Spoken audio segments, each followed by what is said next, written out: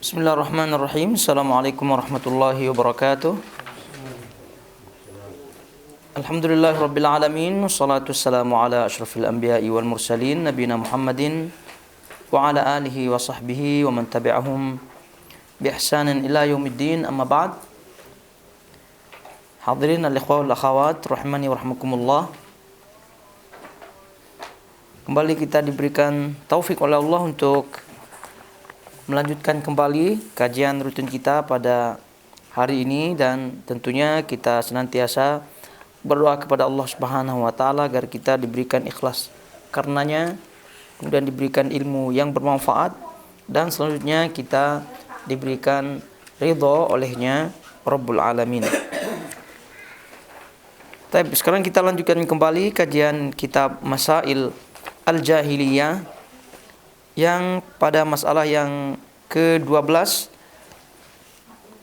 Namun pada hakikatnya masalah yang ke-12 itu adalah masalah yang ke-11. Masalah yang ke-11 yaitu terkait dengan berdalil dengan qiyas al-fasid. Qiyas al-fasid yaitu qiyas yang rusak dan mengingkari qiyas as-sahih.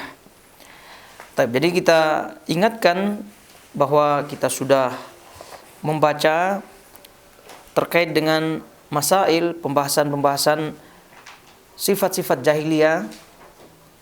Dari yang pertama kita ulangi di situ sebagai murajaah saja, bahwa orang-orang jahiliyah menyelisihi Rasulullah SAW masalah at-tauhid. Ya tentu masalah tauhid adalah permasalahan yang paling utama yang disuguhkan oleh para anbiya, tidak hanya Nabi SAW saja. Namun sebagaimana kita ketahui, mereka menentang Nabi SAW, dan ya tentu mereka senantiasa masuk ke dalam golongan orang-orang yang kafir, hatta paman beliau masih mati dalam kekafiran, dan bahkan orang tua beliau SAW. Oleh karena itu dakwat al-anbiya wa dakwat ar-rusul, dakwahnya mereka itu semua adalah dakwah tauhid. Dan manhaj salaf itu sendiri, metode beragama, mengikuti, merujuk kepada pemahaman salaful ummah dari sahabat-sahabat Nabi SAW, kemudian tabi'in, tabi'in, dan ulama-ulama yang mengikuti mereka, itu selalu memfokuskan dakwahnya kepada dakwah tauhid, yaitu memperingatkan manusia, orang-orang dari hal-hal yang merusak akidah, dari hal-hal yang merusak amal, tanpa melihat perasaan-perasaan orang-orang. Artinya tidak mengukur daripada perasaan-perasaan, karena sebagian dakwah yang ada ya tergantung kelompoknya masing-masing, ya, yaitu mereka masih memperhatikan perasaan-perasaan, ya. Jadi tergantung apabila dakwahnya tersebut kira-kira akan menjauhkan masanya atau orang-orang daripada kelompoknya, maka mereka pun tidak melakukan dakwah tersebut, dan ini tentu menyelisihi manhaj salaf. Itu yang pertama. Kemudian yang kedua terkait dengan perpecahan.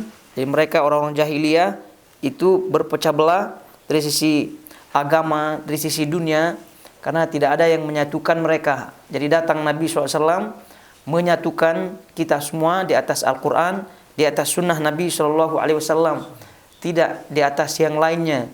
Jadi itu kalau ada kelompok-kelompok tertentu yang mendasari kelompok mereka dengan dasar loyal kepada kelompoknya dan seterusnya, maka ini kelompok harus dijauhkan. Jadi yang mendasari kita semua adalah kitabullah dan juga sunnah Nabi SAW, itu saja. Tidak dengan baiat daripada kelompok tersebut atau doktrin-doktrinnya dan seterusnya. Lalu kemudian yang ketiga, bahwa orang-orang jahiliyah itu susah diatur, tidak mau taat kepada pemerintah.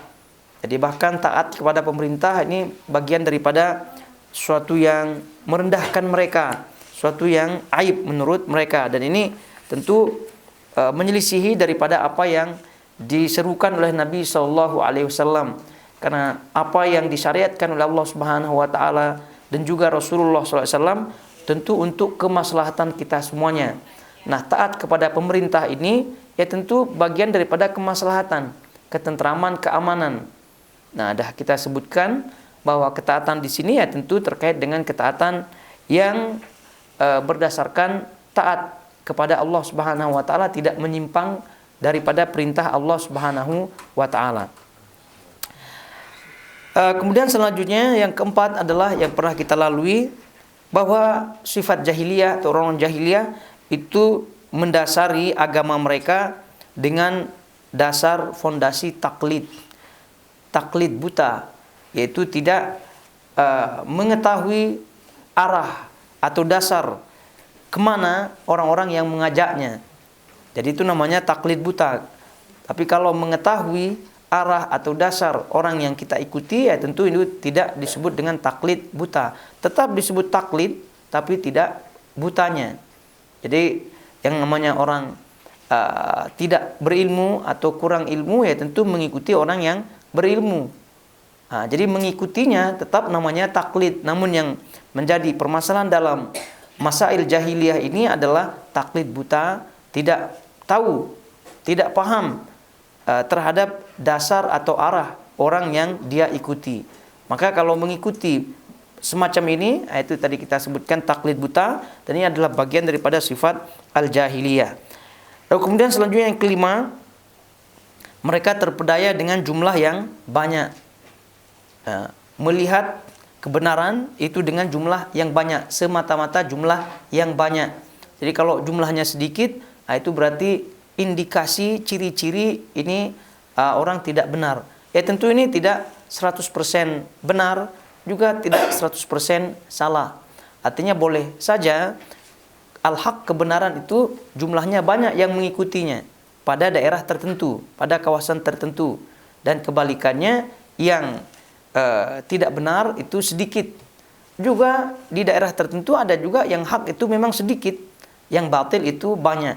Namun poinnya yang kita ambil di sini adalah hanya semata-mata mengukur kebenaran dan kebatilan atas dasar pengikut yang banyak atau yang sedikit, ini tentu keliru 100%.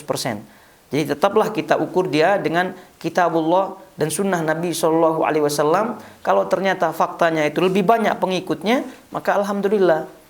Kalau ternyata lebih sedikit pengikutnya, ya memang kebanyakannya semacam itu. Pengikut-pengikut para nabi, pengikut-pengikut para rasul, itu kebanyakannya memang kaedahnya sedikit. Itu sedikit. Taib.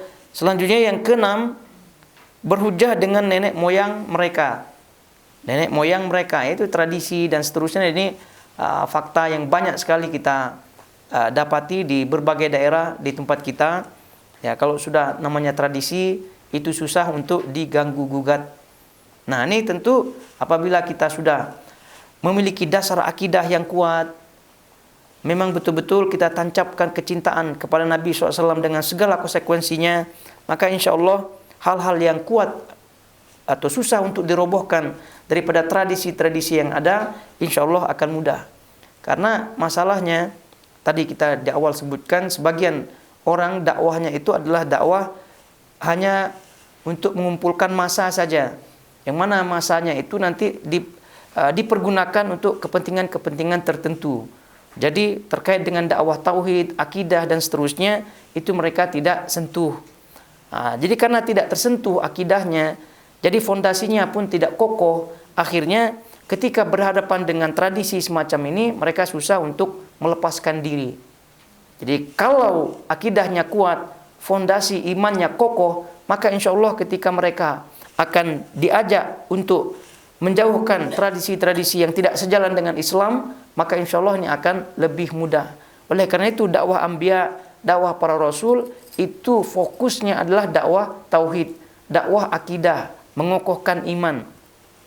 Akhirnya apa hasilnya? Hasilnya muncul sahabat-sahabat Nabi SAW. 13 tahun kurang lebih ya di Mekah, di situ itu beliau tentu dakwahnya itu full dakwah tauhid, full dakwah tauhid. Barulah dia di Madinah mulai ada muamalahnya, syariat-syariatnya yang lain. Tapi walaupun demikian tetap beliau mengasah akidah, mengasah iman para sahabat-sahabat beliau sallallahu alaihi wasallam.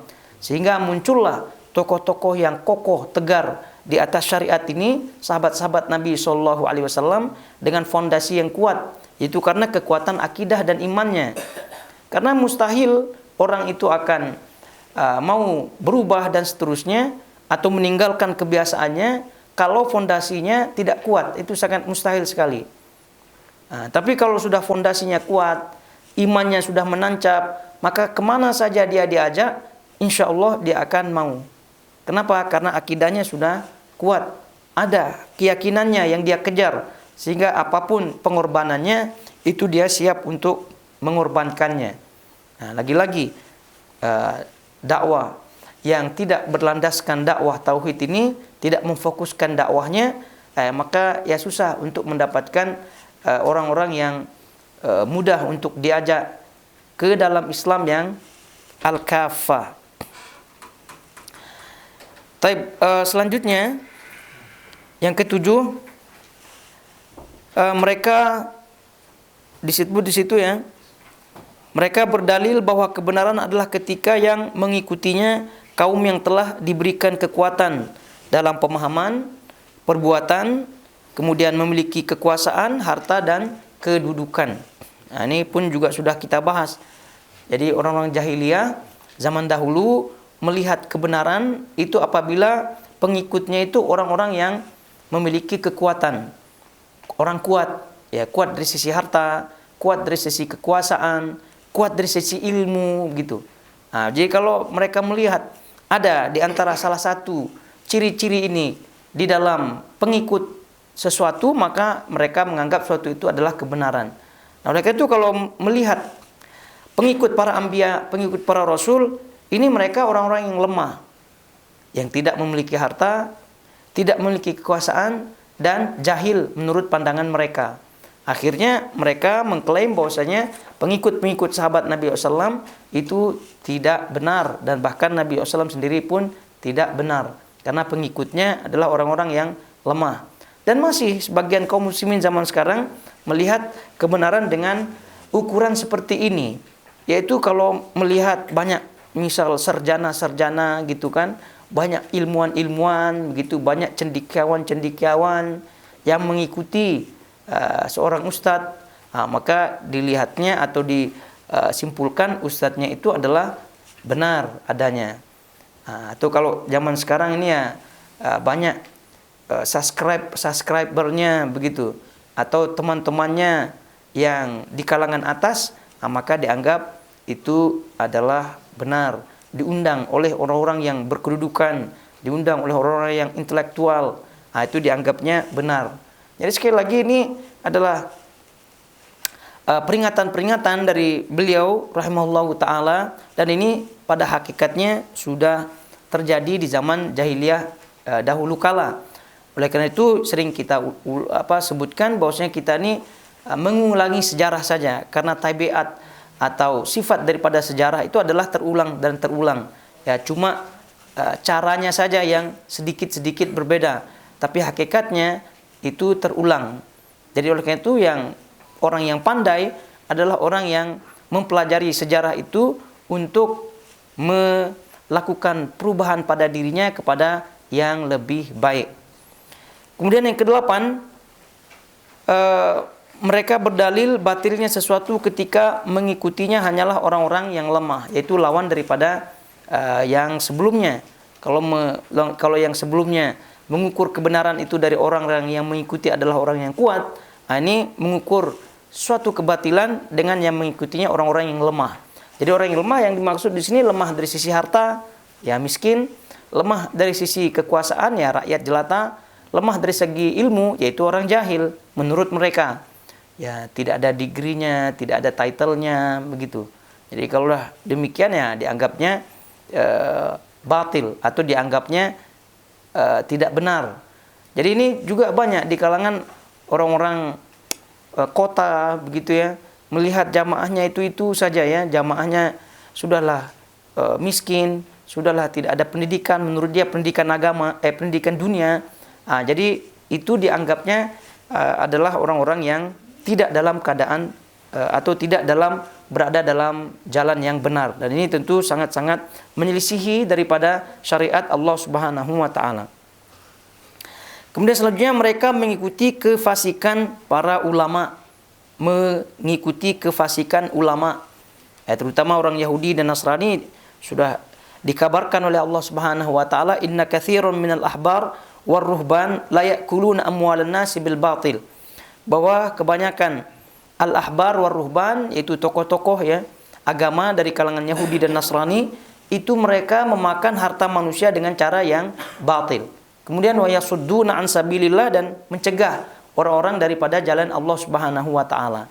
Nah, ini tentu tidak berlaku pada orang-orang Yahudi dan Nasrani saja, karena banyak di antara tokoh-tokoh agama, ya ustadz, kiai dan seterusnya, itu juga melakukan kefasikan.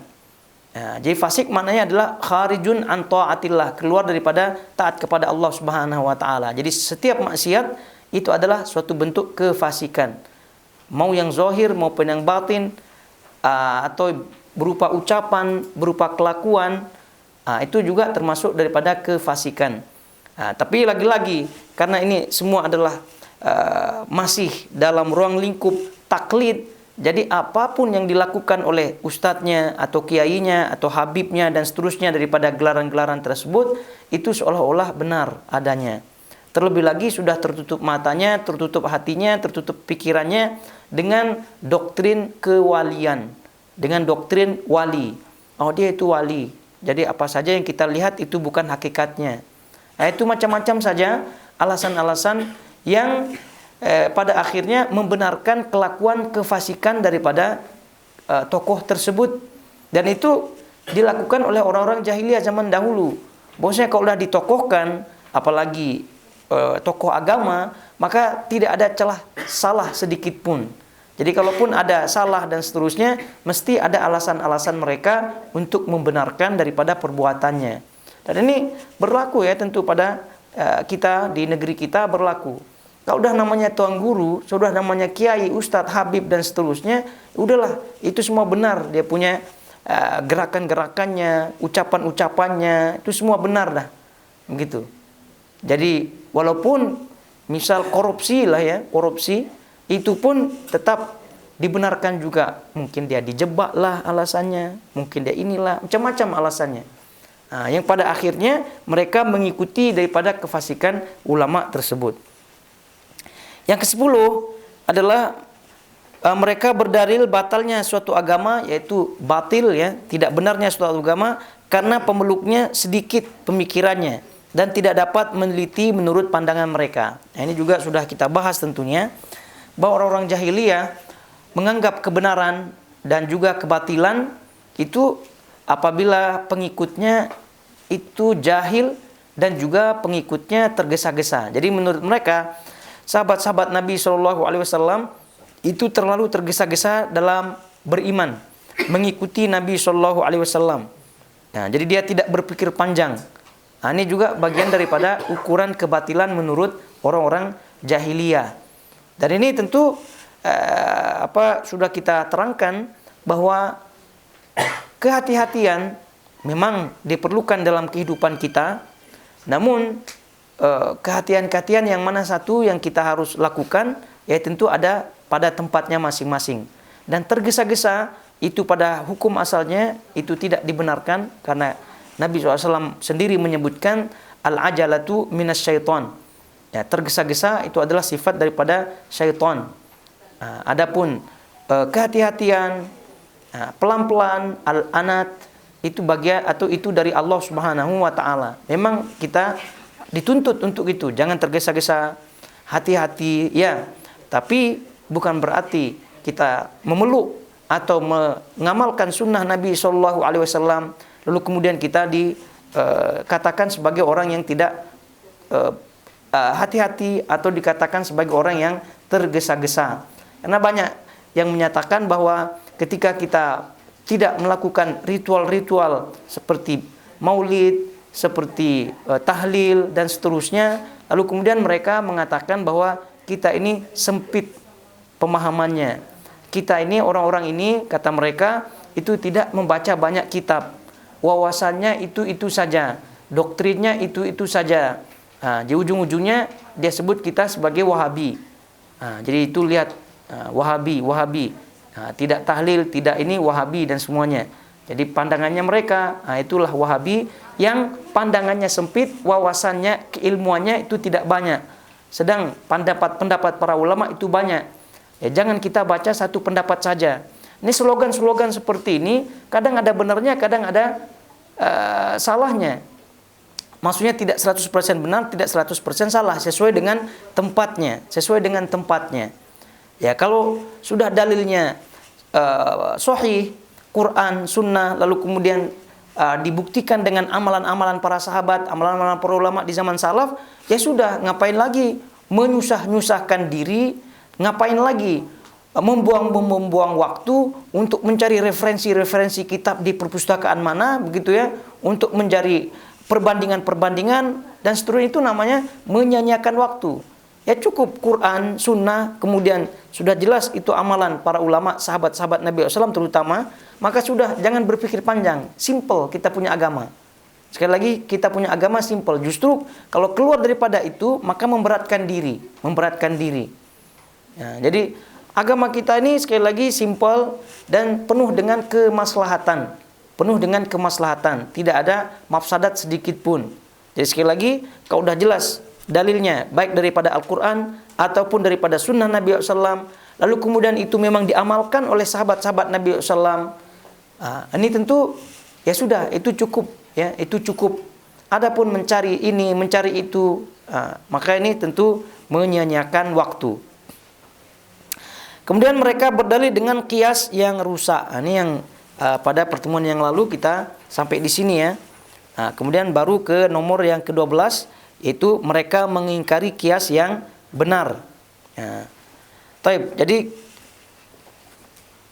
yang masalah yang ke-11 adalah mereka berdalil dengan kias yang rusak. Lalu kemudian mengingkari kias yang sahih. Itu yang ke-11. Lalu kemudian kita baca yang ke-12. Mereka mengingkari kias yang benar dengan mengumpulkan masalah ini dan yang sebelumnya. Jelaslah bagi kita mereka tidak memahami sesuatu yang sama sebabnya dan yang berbeda. Ini kalau memahami penjelasan pada Sabtu kemarin, maka insya Allah ini akan mudah untuk difahami. Yang nomor 12, karena nomor 12 ini itu pembahasannya sama dengan nomor yang ke-11 ya, karena terkait dengan kias. Jadi kias itu pada umumnya ada kias yang sahih, ya, kias yang batil. Jadi kias yang pernah kita sebutkan adalah memasukkan atau menetapkan atau menyamakan suatu permasalahan yang belum ada hukumnya, belum ada dalilnya dari Al-Quran maupun Sunnah dengan suatu permasalahan yang sudah ada dalilnya baik daripada Al-Quran dan Sunnah melalui suatu illah, namanya melalui illat, melalui sebab yang mengumpulkan antara keduanya. Itu namanya kias. Jadi ada suatu permasalahan yang di zaman Nabi tidak ada. Lalu kemudian kita melihat ada permasalahan di zaman Nabi, tentu sudah ada hukumnya, tentu dari Nabi SAW. Kemudian kita mau coba gabungkan ini, yang tidak ada dalilnya di zaman Nabi dengan yang sudah ada di zaman Nabi. Tapi untuk menggabungkan ini, itu ada alatnya. Alatnya namanya illah. Sebab illah. Yaitu alasan, apa illatnya. Jadi sebabnya. Jadi dengan illat ini, itu bisa digabungkan. Maka datang permasalahan yang ke-12 ini, bahwa mereka yang melakukan kias yang fasid, kias yang tidak benar, itu illatnya itu yang sembarangan. Illatnya ini yang bermasalah. Jadi ada dua permasalahan. Jadi kita tidak tahu yang permasalahan satu. Ya kalau ingat yang dahulu, mungkin kalau ada yang mencatat ya, hari Sabtu kemarin ada rukun kias, ada 4. Ya, ada al-aslu, ada al-far'u, ada al-illah, ada hukum. Ini rukun kias ya. Jadi sebelumnya bagi yang tidak ada pada pertemuan yang lalu, bahwa kias ini adalah bagian daripada dalil. bagian daripada dalil. Ya, memang. Tapi kias yang mana satu sebagai dalil? Kias yang sahih tentunya. Kias yang sahih itu apa? Kias yang memenuhi 4 unsur rukun tadi, yaitu rukunnya. Yang pertama al-aslu. Apa yang dimaksud dengan al-aslu? Asal atau sumber, maksudnya adalah suatu permasalahan yang sudah ada dalilnya. Suatu permasalahan yang sudah ada dalilnya. Kemudian yang kedua adalah al-far'u, yaitu cabang. Apa maksud al-far'u? Yaitu cabang, maksudnya adalah suatu permasalahan yang belum ada dalilnya. Suatu permasalahan yang belum ada dalilnya. Kemudian yang ketiga adalah al-illah, ilat, yaitu alasan, sebab. Alasan atau sebab. Ini alasan atau sebab ini fungsinya apa? Tugasnya apa? Tugas dan fungsinya adalah menggabungkan antara al-aslu dengan al-far'u ini. Nah, kemudian yang rukun yang keempat adalah hukum. Rukun yang keempat adalah hukum. Nah, kebanyakan terjadinya kias al-fasid, kias yang tidak benar, kias yang rusak, itu gara-gara ilat. Tadi kita sebutkan alasan, sebab, ilat yang merupakan rukun yang keberapa nih? Rukun yang ketiga, itu salah. Salah. Jadi kalau salah ilatnya, maka tidak al-aslu dengan al-far'u ini tidak bisa bergabung. Nah, jadi kalau benar ilatnya, maka dua permasalahan ini al-aslu dengan al-far'u ini bisa bergabung. Jadi ini sangat penting sekali ilatnya. Maka sebab itu kalau kita baca permasalahan yang ke-12, kata beliau, ingkarul qiyasus sahih. Mereka mengingkari kias yang sahih, kias yang benar. Wal jami' li hadza wa ma qablahu adamu fahmil jami'i wal fariqi.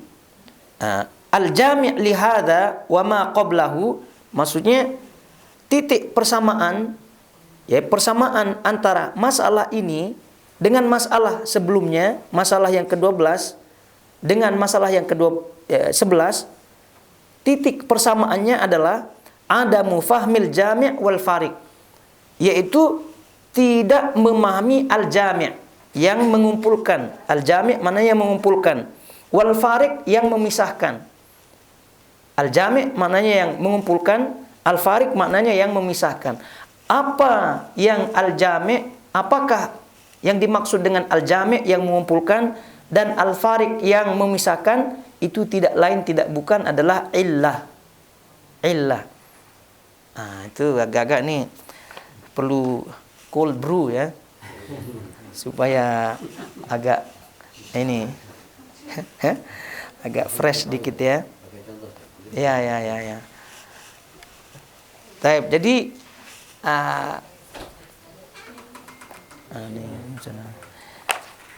jadi permasalahan yang ke-12 kita pahami dulu ya, karena kita masuk di masalah yang ke-12 ya. Dan masalah 12 ini erat kaitannya dengan masalah yang ke-11. Masalah yang ke-11 menyatakan bahwasanya orang-orang jahiliyah itu berdalil dengan kias yang fasid. Ya, kias yang fasid, yaitu kias yang rusak, kias yang tidak benar. Lalu kemudian datang masalah yang ke-12 mengatakan bahwasanya mereka mengingkari kias yang sahih. Masalah yang ke-11 lagi-lagi kita ulangi, berdalil dengan kias yang batil, kias yang fasid. Kemudian masalah yang ke-12 mereka mengingkari kias yang sahih. Sudahlah mereka berdalil dengan kias yang fasid, pula dia mengingkari kias yang sahih. Begitu. Nah, antara apa titik persamaan, apa sebabnya gitu kan? Kenapa dia sampai berdalil dengan kias yang fasid? Kenapa sampai dia jatuh ke dalam kias yang fasid? Lalu kemudian kenapa dia mengingkari kias yang sahih? Itu apa sebabnya? Sebabnya kata beliau, adamu fahmil jami' wal fariq. Mereka tidak memahami al-jami' yang mengumpulkan, kemudian al-fariq yang memisahkan. Jadi tadi kita sebutkan bagi yang nyambung dulu, insya Allah nanti kita ulangi. Tapi bagi yang nyambung, al-fariq wal jami' ini tidak lain tidak bukan yang dimaksud adalah al-illah. Al-illah, alasannya al-illah.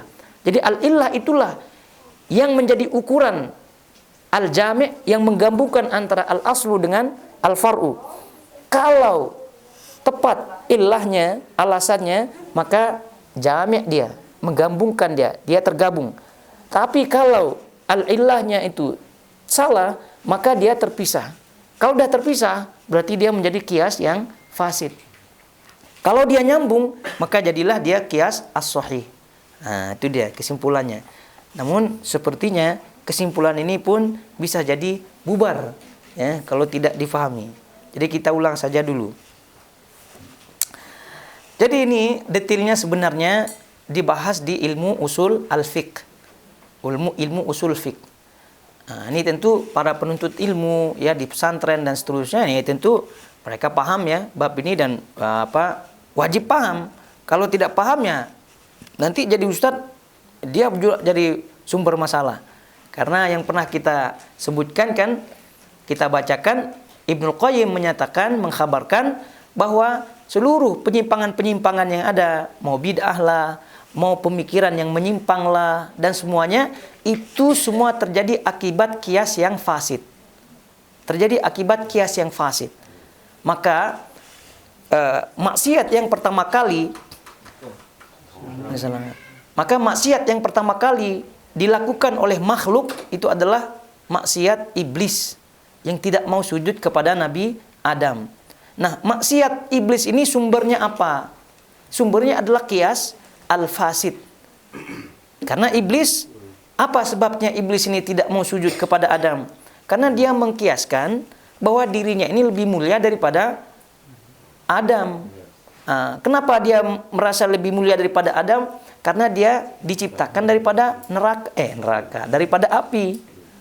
Daripada api, dan Adam diciptakan daripada tanah. Menurut dia, bahwasanya api ini lebih mulia daripada tanah. Tapi kalau kita telusuri hakikatnya lain. Tanah itu tentu lebih mulia daripada api. Ala kulli hal, bahwasanya maksiat yang pertama kali dilakukan oleh makhluk itu atas dasar kias yang fasid, kias yang batil. Maka lalu kemudian muncul permasalahan pengingkaran atau penyimpangan-penyimpangan yang lain, itu semua adalah tidak keluar daripada kias yang fasid atau kias yang batil. Nah, sekarang untuk lebih memahami lagi-lagi syarat untuk memahami permasalahan ini adalah memahami unsur 4 rukun yang pernah kita sebutkan terkait dengan kias. Ini kalau tidak masuk di kepala, kemudian hanya di luar kepala saja, itu tidak akan memahami permasalahan ini. Jadi ini harus di dalam dan di luar kepala. Karena dikhawatirkan kalau hanya luar kepala saja ya, yang namanya luar kepala ya ketiup angin, begitu kan. Lalu kemudian hilang dan seterusnya. Mesti di dalam dulu, kemudian ya baru di luar. Jadi maksudnya apa? Memahami betul-betul. Jadi kias, sekali lagi kita ulangi ya, adalah bagian daripada dalil ya dalam agama. Lalu kemudian kias ini kalau tidak dipergunakan dengan seksama dengan yang semestinya, maka dia bisa masuk ke dalam kias yang batil. Nah, kias yang sahih atau kias itu sendiri ada 4 rukun tadi kita sebutkan. Yang pertama adalah al-aslu namanya, yaitu atau sebelumnya. Kias itu adalah apa yang dimaksud dengan kias? Ya bahasa kita namanya kias ya, mengkiaskan. Nah, bahasa kita juga mengkiaskan. Kita kiaskan fulan dengan fulan gitu. Kita kiaskan kepandaian fulan dengan fulan. Kita kiaskan kecantikan fulan dengan fulan. Kita kiaskan, itu juga bagian daripada bahasa kita. Namun karena ini terkait dengan dalil, maksud daripada kias itu adalah menetapkan atau menyamakan suatu ya, menetapkan sesuatu ya yang belum ada dalilnya dengan sesuatu yang sudah ada dalilnya.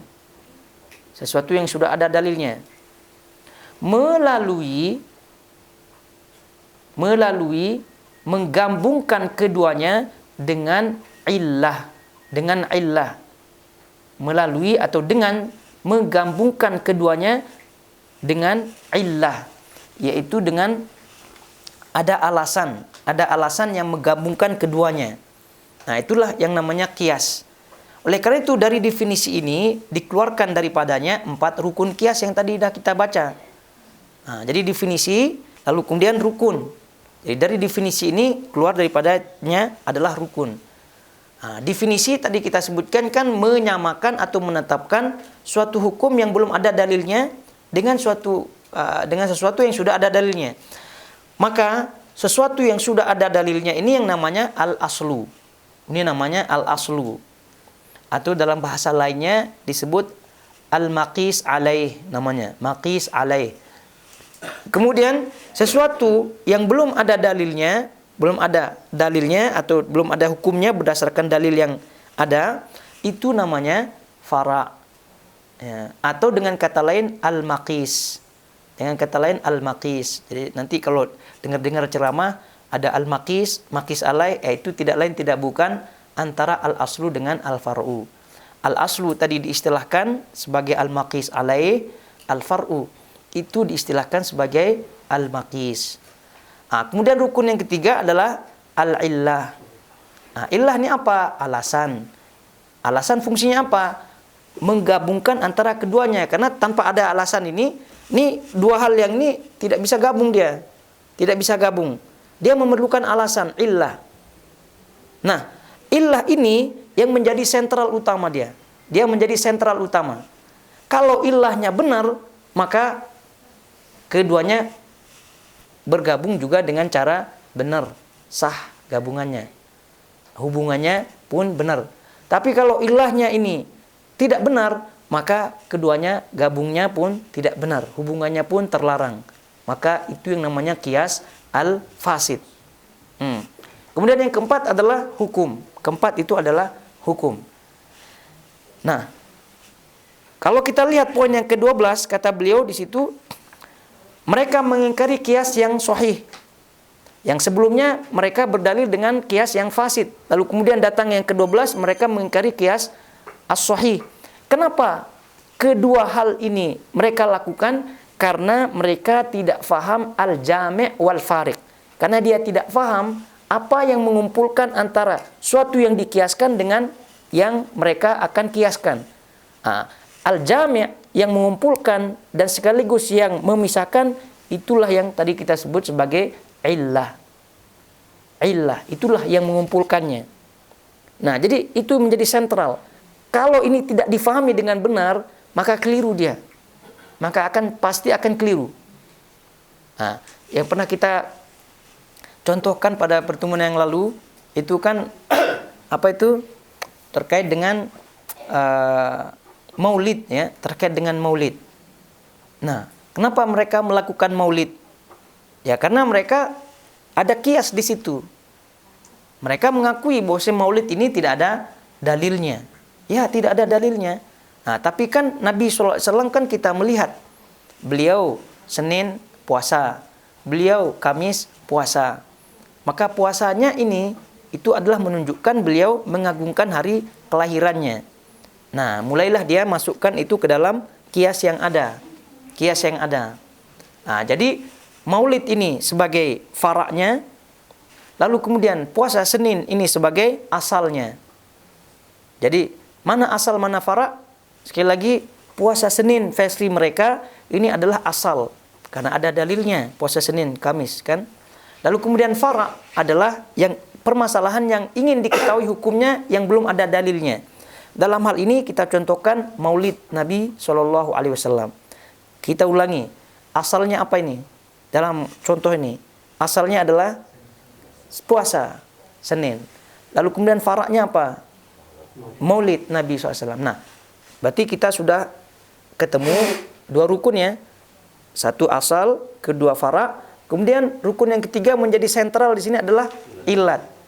Nah, alasan untuk menggabungkan yang kedua nih. Karena kalau tidak ada alasan, dia tidak bisa gabung. Nah, alasannya apa mereka ini? Adalah mengagungkan. Ilatnya ini menurut mereka adalah mengagungkan. Nabi SAW berpuasa Senin karena dia mengagungkan hari kelahirannya. Kita pun melakukan maulid karena kita mengagungkan hari kelahirannya. Maka mengagungkan di sini adalah itulah ilat. Itulah ilat yang menggabungkan antara asal dengan fara. Nyambung apa tidak? Menurut mereka nyambung. Nah, pas ini. Berarti jami'. Dia menyambung dia. Jadi oleh karena itu kias yang ada di sini dikeluarkan daripada hukumnya, yaitu rukun yang keempat, sunnah. Untuk maulid. Gitu dia. Sunnah maulid. Ini belum, jangan sampai dipotong videonya ya. Masalah kita. Iya. Jadi menurut mereka maulid itu sunnah berdasarkan kias yang ada dan sudah kita cocokkan, masukkan dia kepada rukun-rukunnya masing-masing, nyambung. Asalnya ada, faraknya ada, ilatnya pun sesuai, hukumnya mantap. Ya, begitu. Tapi kalau maka sebab itu tadi ilat. Jadi poin yang ke-12 dalam masalah jahiliyah ini, beliau fokuskan bahwasanya apa sebabnya mereka berdalil dengan kias yang batil atau mereka mengingkari kias yang sahih karena dia tidak faham masalah ilat. Keliru masalah ilat. Itu dia. Maka sebab itulah apa yang dimaksud dengan ilat sesungguhnya. Jadi para ulama usul pun sudah membahas. Ilat itu kata mereka, para ulama mengatakan ilat itu adalah wasfun zahirun mundabitun dallat dalil ala annahu manatun lil hukmi.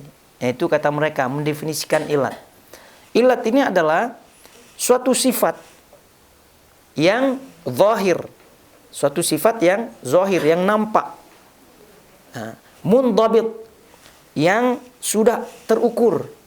Mundabit, terukur, maknanya tidak berubah-ubah. Jadi ilat itu, sekali lagi kita ulangi, adalah suatu sifat, kemudian zahir, kemudian terukur, kemudian dalil menunjukkan bahwa dia, yaitu sifat zahir yang terukur ini, adalah sebagai sentral daripada hukum itu. Adalah menunjukkan bahwasanya hukum itu bergantung kepadanya. Kita ulangi. Ilat itu adalah suatu sifat yang zahir, yang terukur, yang ditunjukkan oleh dalil bahwa dia sebagai sumber hukum. Dia sebagai sumber hukum. Dia sebagai sumber hukum. Sumber atau sebagai pengikat daripada hukum tersebut. Itu namanya ilat yang sahih. Ilat yang sahih. Jadi sebab itulah ilat itu ada yang memang ada nasnya dari Nabi SAW. Ada ilat yang berdasarkan ijtihad. Contoh yang sahih ya, yang pernah kita contohkan juga dalam majelis yang lalu, terkait dengan khamr, terkait dengan minuman keras. Ya, kalau minuman keras di zaman Nabi itu kan ya bahasanya tuak lah ya, tuak ya, yang fermentasi itu. Jadi baik itu dari kurma kah atau dari anggur, gitu. Tidak ada drug, tidak ada ekstasi, tidak ada marijuana, tidak ada apa gitu kan, yang lain-lain tidak ada. Lalu kemudian sekarang kan yang tidak ada ini kita mau cari hukumnya. Karena ini yang tidak ada di zaman Nabi, seperti ganja lah ya, seperti ganja, itu tidak ada hukumnya di zaman Nabi SAW. Karena memang tidak ada di zaman Nabi. Atau drug yang lain lah, tidak ada di zaman Nabi. Atau mungkin minum alkohol yang lain, wine dan seterusnya gitu kan, yang tidak ada di zaman Nabi SAW. Nah, kita mau cari hukumnya ini bagaimana nih? Kan, coba kita masukkan ke dalam kias ini. Kita masukkan ke dalam kias. Jadi asalnya mana? Asalnya adalah khamr tadi ya, adalah khamr. Asal atau maqis alaih yang tadi kita sebutkan. Faraknya yang ingin kita ketahui hukum yang belum ada hukumnya, ya drug lah contohnya ya. Drug. Lalu kemudian ilatnya apa? Ilatnya alasan untuk menggabungkan keduanya sehingga bisa kita keluarkan hukum, yaitu rukun yang keempat, yaitu memabukkan. Nah, memabukkan ini adalah ilat. Ya, ilat. Sesuai apa tidak dengan definisi yang tadi kita sebutkan? Ilat itu adalah suatu sifat yang zahir, yang terukur, yang mana dalil menyebutkan bahwasanya itu adalah sumber daripada hukum. Ilat itu. Nah, kalau kita lihat memabukkan, ini sebagai ilat kita sebutkan. Oke, kalau kita lihat Nabi juga menyebutkan kullu muskirin haram. Setiap yang memabukkan haram. Berarti nyambung ini ilatnya. Nyambung ilatnya. Karena Nabi SAW menyebutkan bahwasanya setiap yang memabukkan, berarti yang memabukkan, berarti ilat. Berarti memabukkan sebagai ilat dalam hal ini ditunjukkan oleh dalil apa tidak? Sebagai itu adalah sumber hukumnya. Ditunjukkan. Berarti ilat yang kita gunakan dalam menggabungkan al-aslu dan al-far'u terkait dengan drug ini, itu pas, sesuai. Sesuai dia. Kenapa? Karena ilatnya sesuai. Kapan disebut ilat itu sesuai? Ketika ilat itu didukung oleh dalil-dalil yang ada. Tapi kalau ilatnya itu tidak didukung dalil-dalil yang ada, lalu kemudian memang faktanya tidak sesuai, maka itulah yang disebut dengan kias al-batil. Jadi balik kepada kias orang-orang tersebut terkait dengan maulid Nabi SAW, ya kita bisa pastikan kiasnya batil.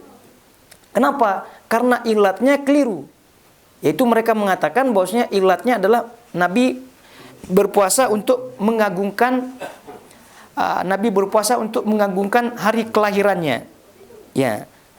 Kenapa kok kalian mengatakan bahwasanya itu Nabi SAW berpuasa untuk mengagungkan hari kelahirannya? Karena menurut mereka Nabi itu adalah tawadhu. Ya, merendah diri, tidak mau memuji-muji diri. Karena kalau sampai beliau merayakan hari kelahirannya, kan itu maknanya beliau meninggi-ninggikan diri, itu beliau tidak mau. Itu akal-akalan mereka saja. Oke, kalau Nabi SAW merendah diri sehingga tidak mau merayakan hari kelahirannya, sahabat, apakah mereka merendah diri juga? Kan tak masuk.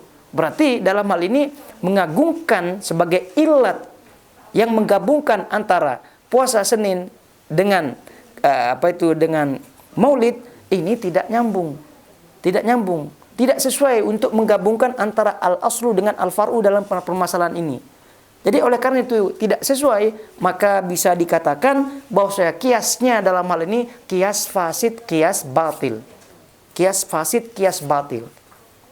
Ya, karena ilatnya yang digunakan itu salah. Lalu bagaimana? Ilat yang benar adalah Nabi SAW berpuasa ya murni ibadah kepada Allah Subhanahu wa Ta'ala. Bahwa hari Senin itu kan diangkat amalan oleh Allah Subhanahu wa Ta'ala, dan beliau dalam banyak hadis itu suka ketika diangkat amalannya bahwa beliau sedang dalam keadaan ibadah, dalam hal ini berpuasa. Maka beliau murni melakukan puasa hari Senin itu dalam rangka ibadah kepada Allah Subhanahu wa Ta'ala. Nah, berarti ilat beliau melakukan puasa hari Senin adalah untuk beribadah. Nah, lalu ilat tersebut apabila digunakan untuk menggabungkan antara al-aslu dengan al-far'u terkait dengan maulid dengan puasa Senin, itu berarti tidak nyambung. Dan bahkan akan menerangkan bahwasanya kesalahan yang mereka lakukan. Nah, itu dia permasalahan yang ke-12 yang terkait dengan kias. Jadi tentu permasalahan kias ini tadi kita sebutkan lebih dalam bahasanya di dalam kitab Usul al-Fiqh.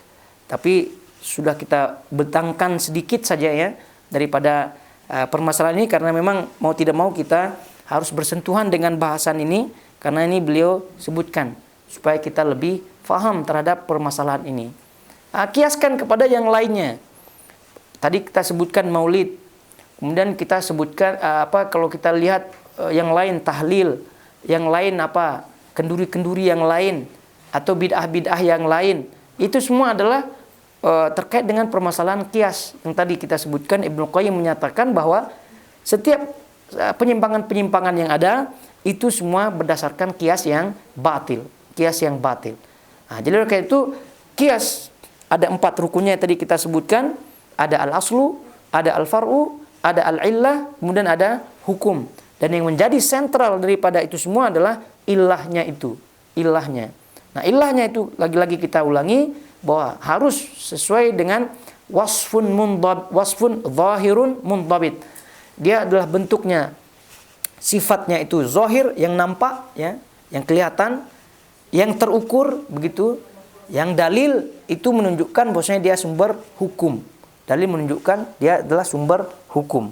Nah, ini pembahasan ilat, dan supaya kita lebih memahami permasalahan ini agar kita tidak tertipu tentunya dengan bunga-bunga kata-kata, retorika dan seterusnya begitu ya, dari sebagian orang ya, ketika menyatakan bahwasanya ini dibolehkan padahal itu tidak ada dalilnya, lalu kemudian membagus-baguskan retorikanya, meyakinkan jamaahnya dengan menggunakan cara-cara seperti ini, kias dan seterusnya.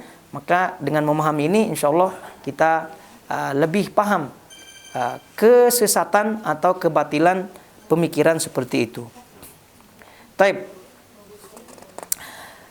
Ini yang ke-12.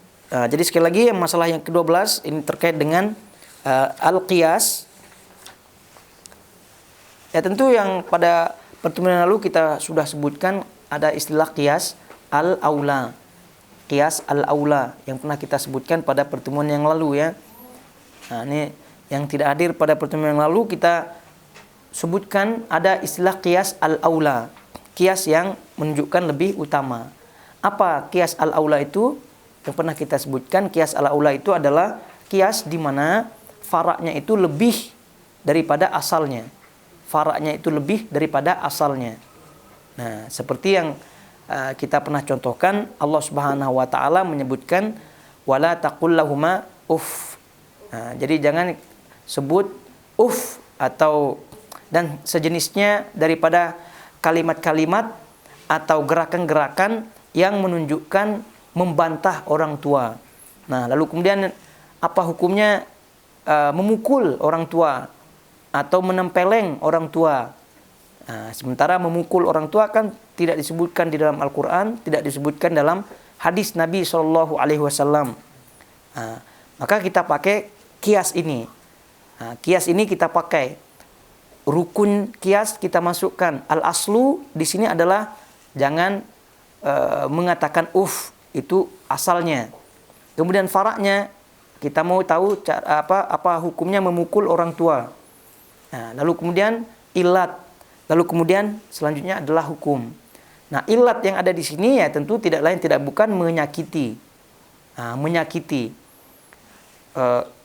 Mengatakan ya kepada orang tua itu kan menyakiti hatinya. Memukul orang tua itu pun menyakiti. Maka ilatnya sesuai.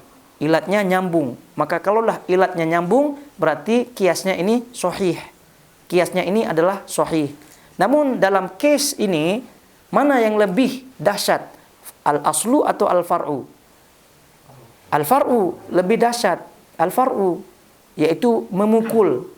Ya, tentu menyakiti orang tua dengan memukul itu lebih dahsyat daripada hanya sekedar menyakiti dengan kata-kata. Nah, apalagi dengan kata-kata ya. Maka karena al-far'u ini lebih utama, lebih dahsyat, maka kita katakan ini termasuk dalam kategori qiyas al-aula. Qiyas al-aula, qiyas yang lebih utama. Maka kalau dah qiyas lebih utama, ya tentu kita sangat-sangat tidak ragu untuk menyatakan haram. Begitu kan, ketika ditanya apa hukum memukul orang tua, ya haram lah, begitu. Haram, tanpa ragu-ragu. Nah, lalu kemudian kalau mau berretorika ya masukkanlah dalam qiyas, tapi janganlah salah dalam menjelaskan. Ya. Nanti berubah pula rukunnya kan, mau menjelaskan sok berretorika gitu, nanti salah. Nah, qiyas al-aula yang pernah kita sebutkan ini berlaku kepada kaidah asma wa sifat Allah Subhanahu wa taala. Nah, dan yang pernah kita sebutkan bahwa seluruh sifat terpuji bagi makhluk yang juga itu terpuji bagi Allah Subhanahu wa taala, maka dalam hal ini qiyas aula masuk. Jadi pada asalnya dalam asma wa sifat itu tidak kita masukkan qiyas di situ. Ini hukum atau kaedahnya. Jadi kaedahnya, qiyas tidak berlaku kepada asma dan sifat. Tidak berlaku. Kenapa tidak berlaku? Karena qiyas itu adalah bagian daripada hukum akal. Qiyas itu adalah bagian daripada hukum akal. Jadi hukum akal pada asalnya tidak masuk ke dalam hal-hal yang gaib. Nah, asma dan sifat Allah Subhanahu wa taala ini adalah hal-hal yang gaib. Jadi tidak masuk qiyas di situ. Nah, kecuali satu jenis qiyas saja, yaitu qiyas al-aula yang tadi kita sebutkan apa maksudnya. Jadi setiap sifat terpuji bagi makhluk dan Allah pun disifati dengan sifat terpuji tersebut, maka Allah lebih utama untuk menyandang, untuk memiliki sifat tersebut. Nah, itu yang disebut dengan qiyas al-aula. Contoh berilmu. Makhluk berilmu, apakah ilmu ini terpuji bagi makhluk apa tidak? Bagi makhluk kalau berilmu terpuji apa tidak? Terpuji. Kita lihat juga Allah Subhanahu wa taala ilmu ya. Apakah terpuji juga bagi Allah Subhanahu wa taala? Ya, terpuji. Kalau dua-dua terpuji, makhluk terpuji, Allah terpuji, maka qiyas al-aula. Allah lebih utama untuk memiliki sifat ilmu tersebut, sehingga ilmu Allah Subhanahu wa taala di atas segala-galanya. Nah, sekarang kita masukkan, karena tidak semua sifat terpuji bagi makhluk itu terpuji bagi Allah Subhanahu wa taala, sehingga tidak bisa dimasukkan qiyas al-aula. Jadi qiyas al-aula ini hanya berlaku kepada apabila makhluk itu sifatnya terpuji atau sifat tersebut terpuji bagi makhluk dan juga terpuji bagi Allah Subhanahu wa taala.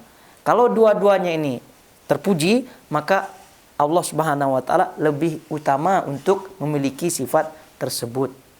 Nah, contoh misalnya beranak, memiliki anak. Ini bagi makhluk perempuan atau suami istri yang memiliki anak itu terpuji apa tidak? Terpuji. Nah, kalau dia tidak, apa istilahnya, kalau tidak beranak itu mandul. Nah, kalau mandul ini kan aib, betul tidak? Aib, kekurangan bagi makhluk. Nah, berarti beranak ini adalah sifat terpuji bagi makhluk. Tapi bagi Allah, kan tidak terpuji. Maka oleh sebab itu tidak masuk qiyas al-aula. Tidak masuk qiyas aula. Kenapa? Karena tidak nyambung, tidak terpuji bagi Allah Subhanahu wa taala, hanya terpuji dari al-aslunya saja. Nah, karena al-aslu dalam hal ini adalah makhluk ya. Al-far'u dalam hal ini adalah Allah Subhanahu wa taala. Ilahnya jadi tidak nyambung karena Allah Subhanahu wa taala tidak terpuji dengan sifat yang kita akan kiaskan ini. Sebab itulah ada orang yang kononnya main-main akal gitu kan. Kalau kalian sebutkan Allah Subhanahu wa taala itu maha segala sesuatu gitu kan, maha, semua maha gitu kan, maha tinggi, maha apa, semua maha. Benar apa tidak? Ya benarlah. Nah, lalu kemudian apakah Allah Subhanahu wa taala maha kecil katanya? Kalau semua maha kan Allah maha besar, Allah maha mengetahui, Allah ini semua akal-akal filsafat lah gitu ya, ahli kalam lah ya. Semua maha betul katanya. Jadi kita dah masuk perangkapnya konon kan. Maha apa? Maha gitu. Lalu Allah Subhanahu wa taala maha kecil. Boleh kita sebut Allah maha kecil karena dia maha. Ya bagi yang tidak ada ilmunya, ya juga sih. Kita dah maha berarti ya masuklah maha kecil gitu kan. Ya. Nah, tapi kalau kita belajar kaidah asma sifat lalu kemudian memahami qiyas ini, maka tak masuk. Ya, tak masuk karena kecil ini adalah bukan sifat terpuji bagi Allah Subhanahu wa taala. Dan juga kalau kita lihat maha dengan kecil ini tidak nyambung. Mana ada maha kecil? Tidak ada. Maha kecil tidak ada. Oleh sebab itulah dalam asma wa sifat yang pernah kita pelajari, atau mungkin kalau ada kesempatan kita pelajari lagi karena itu memerlukan murojaah dan diulang-ulang terus ya. Di antaranya adalah Ahlussunnah wal Jamaah ya, itu menetapkan nama-nama Allah Subhanahu wa taala, salah satu di antara kaidahnya adalah nafyu secara al-ijmal, kemudian al-itsbat secara al-mufassal. Menafikan sifat-sifat Allah Subhanahu wa taala yang tidak sesuai dengannya itu secara umum, dan menetapkan sifat-sifat yang sesuai dengannya itu dengan rinci. Maka datanglah 99 nama Allah, itu kan bentuknya rinci. Wallahu alladzi la wasamiul alim, al-ali, al-kabir, dan semuanya itu adalah nama dan sifat-sifat Allah Subhanahu dengan rinci. Allah Maha mendengar, Allah Maha melihat, merinci. Tapi ketika menafikan sifat-sifat yang negatif itu secara umum saja. Secara umum saja, tidak ada ya. Kenapa? Karena dalam sifat kebesaran, dalam sifat kemuliaan, merincikan sifat-sifat negatif itu adalah merendahkan. Merendahkan. Sebab itulah yang dimunculkan adalah sifat-sifat positif yang ditetapkan. Ya Allah, Engkau Maha Alim. Itu kan? Allah Maha mendengar. Allah Maha ini. Nah, begitu juga kalau kita kiaskan kepada makhluk. Kita kalau makhluk saja, misal di depan raja lah gitu kan, kepada Syekh Tamim. Kita melihat Syekh Tamim ini wajahnya glowing. Glowing lah ya. Wajahnya glowing lah. Sepatutnya kalau kita mau memuji, ya kalau gini, ya Syekh, wajah engkau nih glowing, begitu kan? Kan syekhnya itu pun, maksudnya raja ini pun bangga gitu kan? Gitu. Ya, nanti jangan-jangan gajinya dinaikkan. Gitu. Tapi kalau misalnya ada orang, ya Syekh, ya Tuan, wajahmu ini tidak ada jerawatnya. Ini kan kurang. Ya memang betul maksudnya glowing, tapi kalimatnya itu tidak ada jerawatnya. Ya, gitu. Hidungmu tidak bengkok. Gitu kan? Ya.